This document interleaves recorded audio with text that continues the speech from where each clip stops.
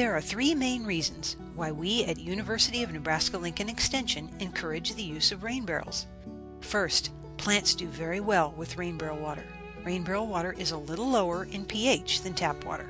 It is naturally a little softer than tap water, meaning it doesn't have the dissolved minerals that tap water can have, and it hasn't gone through the disinfection process, so it doesn't contain disinfection chemicals. A second reason for rain barrel use is water conservation.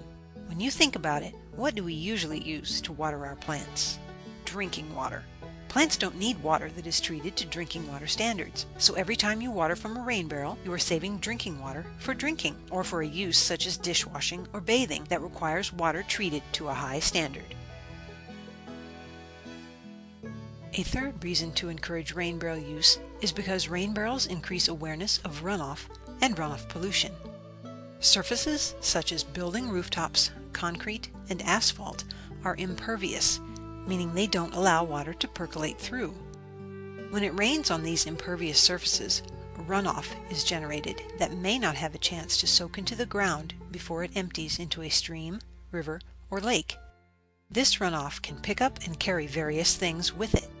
Things such as lawn fertilizers and pesticides, automobile fluid leaks, road salt, soil from bare ground, trash, animal waste, and lawn clippings and leaves. These things can be carried downstream into the river or lake and pollute the water. In areas with many impervious surfaces, the sheer volume of runoff generated is also a big problem for the streams that receive that runoff. Rain barrels help to capture and infiltrate water close to where it falls. They reduce the volume of runoff and also reduce the potential for pollutants to be carried to surface water. Rain barrels won't eliminate the issue of runoff pollution, but they definitely help with awareness. They are good at getting people to think about runoff and to consider doing things to reduce runoff pollution. You can buy a rain barrel, but they can be expensive and they aren't difficult to make. You need a plastic food-grade barrel. 55 gallons is a typical size. Then you need to cut 3 holes in the barrel. A hole in the top for the water to enter the barrel, a hole near the bottom for the spigot, and a hole on the side near the top for the overflow. Rain barrels always need an overflow because they fill quickly. For example, 1 inch of rain on a 500 square foot roof can generate 300 gallons of water. Any excess water that the barrel can't hold needs to be carried away from the building foundation, thus the need for the overflow. The barrel needs a level, sturdy base on which to sit because it will be very heavy when full.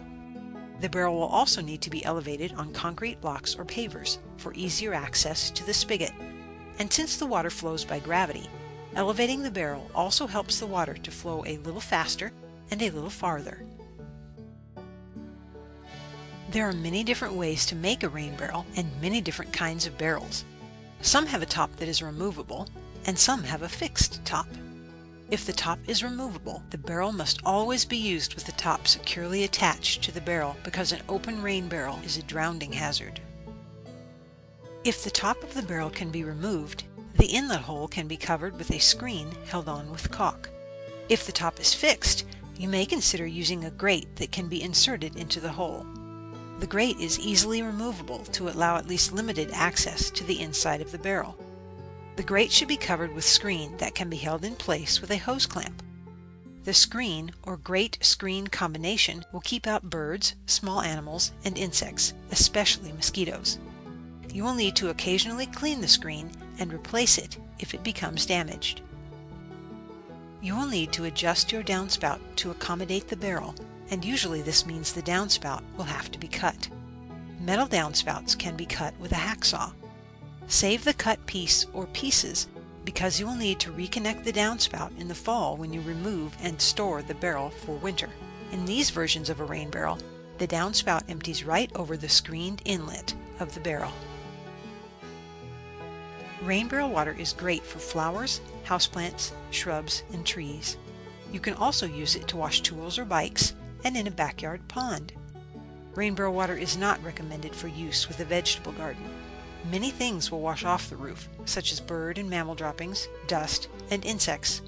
These things can stimulate bacterial growth in rain barrel water.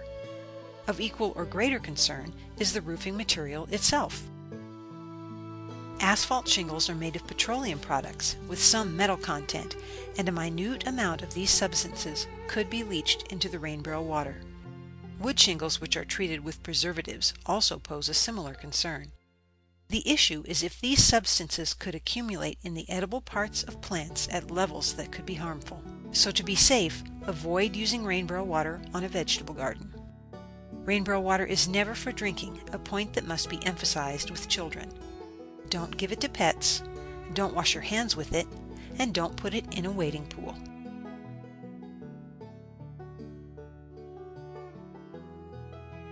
Rain barrels can be painted to match the color of the building they sit next to. When painting a plastic barrel, look for paint recommended for use with plastic, or barrels can be painted to be an artistic focal point. In this case, you'll need a plastic primer, the decorative paint, and then a clear protective top coat. For step-by-step instructions on how to make a rain barrel, go to the UNL Extension in Douglas and Sarpy Counties website at douglas-sarpy.unl.edu. Then search on rain barrels or contact your nearest UNL Extension office. Consider adding a rain barrel to your landscape. I'm Bobby Holm, University of Nebraska-Lincoln Extension Educator.